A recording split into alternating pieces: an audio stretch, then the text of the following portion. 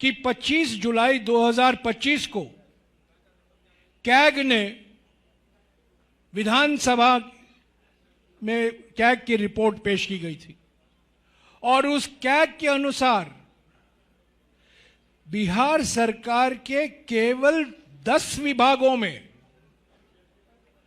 71,000 करोड़ रुपया का घोटाला हुआ है। 71,000 करोड़ रुपए का घोटाला केवल 10 विभागों में। यह कांग्रेस पार्टी की आंकड़े नहीं है,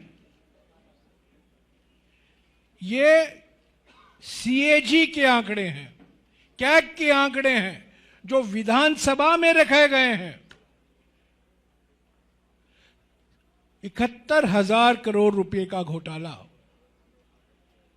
जैसा कि मैंने कहा, यह सत्ता की मलाई और किसने कही है? जो लोग डबल इंजन चलाते हैं, ये रिमोट कंट्रोल डबल इंजन है। ये पटना से कंट्रोल नहीं है इस डबल इंजन का। ये डबल इंजन तो रिमोट कंट्रोल डबल इंजन है। और ये 71,000 करोड़ रुपया मलाई न केवल बिहार में, पर बिहार के बाहर भी लोग इससे फायदा उठाए हैं। तो ये करप्शन जो हुआ है, घूसभरी शासन तो आपने देखा है पिछले 20 सालों में, ये बिहार का भविष्य नहीं हो सकता। जवाबदेही, पारदर्शी शासन की जरूरत है।